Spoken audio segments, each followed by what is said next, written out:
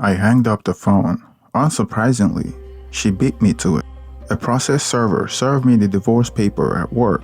In the evening, she came back to get the kids with her bodybuilder affair partner for protection.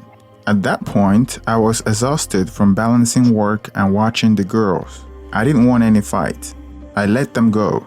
It was just unreal how a person I loved could backstab me in such a way and flip to a different person at a flip of a switch.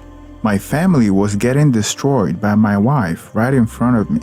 I was jealous, disappointed, betrayed, and lost. I was just exhausted from the whole thing and wanted her gone from my life. It took 6 months for the divorce process to finalize. Unfortunately, the state pretty much gave her all she wanted. Thus far, we have been married for 6 years, so I will pay her alimony for 3 years and will be paying child support for both of my daughters, as my wife will have primary custody. It was a big financial burden to me, but luckily, we haven't made any big purchases in California.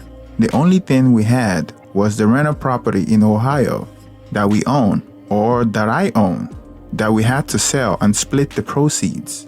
During the 6 months duration of the divorce, I fell into deep depression.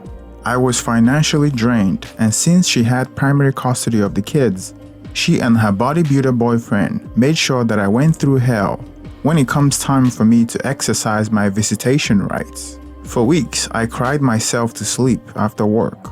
I got to a point where I just gave up from seeing my daughters entirely. I was just fine paying child support. That was the lowest moment of my life. I was a stress eater, so I ate a lot and gained a lot of weight. I was lucky to find refuge in church, and my pastor was very supportive of my situation. I was asking God what I did to deserve all this, but my pastor always gave me hope. He would say that life is not fair, and I shouldn't expect it to be, that I should stop playing a victim and just trust in the Lord.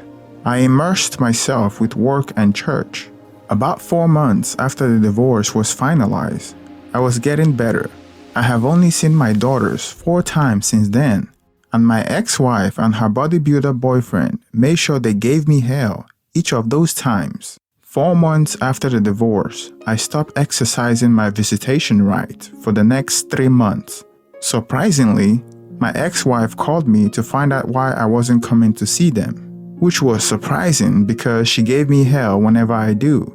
For example, they would do things like not showing up when they said they would, and do silly things like drop them off when I'm about to go to work, endangering our kids. When I dropped them off at their place, they would call me all kinds of names and try to humiliate me, trying to get me to fight them. It's like they get a kick out of it. When I became numb to it and stopped showing reaction, it bothered them because I chose not to engage them in their childish behavior. I thought she hated seeing me around, but now that I have stopped, she was calling to check and see why I wasn't coming. I told her that she doesn't have to worry about me because I'm still paying child support, and that's all she should care about. She tried to argue with me, but I hanged up the phone on her for the first time. She tried to call me back, but I didn't answer. I was just emotionally exhausted from all the torture. About 8 months after the divorce, I got a job in Texas, a better paying job. California was not my kind of town. The only reason I accepted a job there was because of my ex-wife. What she has put me through, I don't wish that on my worst enemy. When I went to meet my kids for the last time before I moved to Texas, I saw that my wife had gotten a breast implant. She looked disappointed when I told her that I was moving to Texas because I found a job there. Maybe she now understands that I don't care anymore, and she wanted me to care so she can torture me more. I was calm and showed no emotion. I saw that she had a breast implant, but didn't bother to ask or show any concern. I am sure the alimony money bought her those. She tried to rub it on my face by asking me whether I didn't notice anything about her. I didn't say anything. I just looked at her with disgust and went to spend time with my girls before I left for Texas. There was nothing wrong with her breast before. I later found out that it was her boyfriend that was pressuring her to get it. I bid farewell to my girls and left for Texas. Texas was good to me. I was making more money and paying less taxes. The cost of living is low.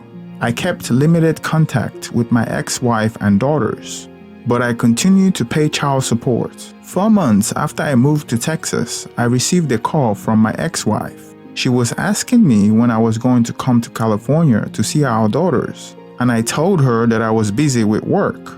She told me that I was an absentee father, and I need to be in our daughter's life. I told her that she has been trying to replace me with her boyfriend, and she destroyed our family. Mission accomplished. I told her to leave me alone and don't call me to harass me. Then I hanged up on her again. I was 35 years old at the time. I started dating a 26-year-old girl that I met at a work function. She recently separated from her husband and had no kids. We got along well, and I wasn't rushing anything. I told her my story and how I gave my ex-wife my kidneys, and what she put me through after that. 2 months after the last call from my ex-wife, she called me again in the middle of the night. I was in bed with my girlfriend, sleeping. I quickly went out of the bedroom to answer her call because my ex-wife was sobbing when she called. She told me that the bodybuilder was physically abusive to her and has always been abusive to her 3 months after she moved in with him. But she was too ashamed to come back to me after all she has put me through. She told me that he was comparing her to his ex-girlfriend that had the blonde hair, younger with plastic chest and BBL on her behind, and convinced her to get a boob implant, and she did that to make him happy, but he was not satisfied. She told me that people in that area were really superficial, something that we've always known, and she realized that she had done me wrong and apologized for destroying our family. I asked her if our girls were in danger and she said no. I realized that she was calling me to comfort her because there was nobody for her to turn to. As soon as she told me that my girls were not in danger, I told her that she should let me know if she wants me to get primary custody. She also found out that I have a new serious girlfriend, and she was also asking me about her. I couldn't believe that after all she has put me through, she was still feeling jealous that I had a girlfriend. After all this time, that I have moved on. I wasn't going to indulge her, so I cut her off the phone and went to bed. About 5 months later, my girlfriend got pregnant and we were expecting a baby boy. By then, I haven't seen my 2 girls in California for almost a year. After my son was born, I received a call from my father-in-law telling me that my ex-wife had a stroke and is wheelchair-bound. He told me to come to Ohio to pick my girls up if I wanted to. Nobody told me my girls were in Ohio.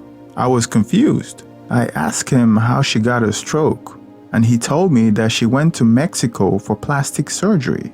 Due to some complications, she lost functionality on her left side of her body, and now she's mostly wheelchair-bound.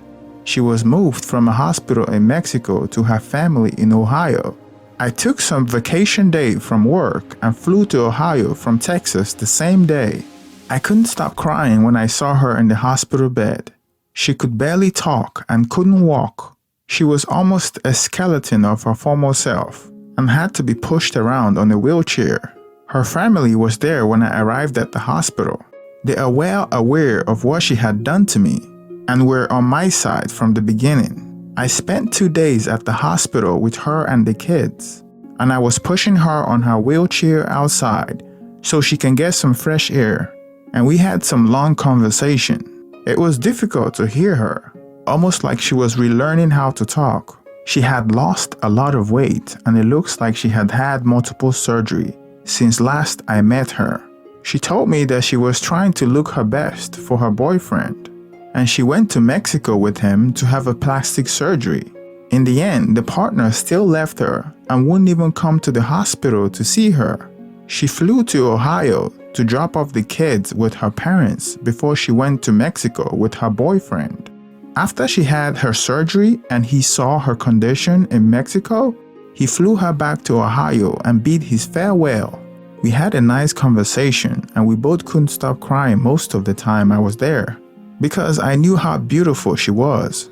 She asked me about my girlfriend and my son and told me to take care of them and my daughters, and that I was a good father.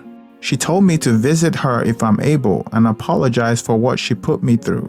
That was 3 months ago. This would be my second time visiting her in Ohio. I came with my 2 daughters to see her. I was trying to give her hope, even though I knew she wouldn't be around much longer.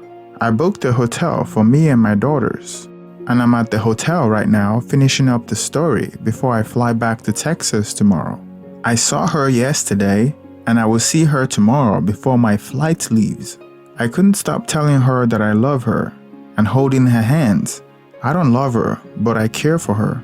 I tell her that I love her because I want her to go in peace. The doctor said that she wouldn't live very long because of the extent of brain damage. She already told me that she doesn't want to be on life support and that I should pull the plug whenever that happens. She told me to tell my daughters about her mistakes, and I told her that I will always say good things on her behalf.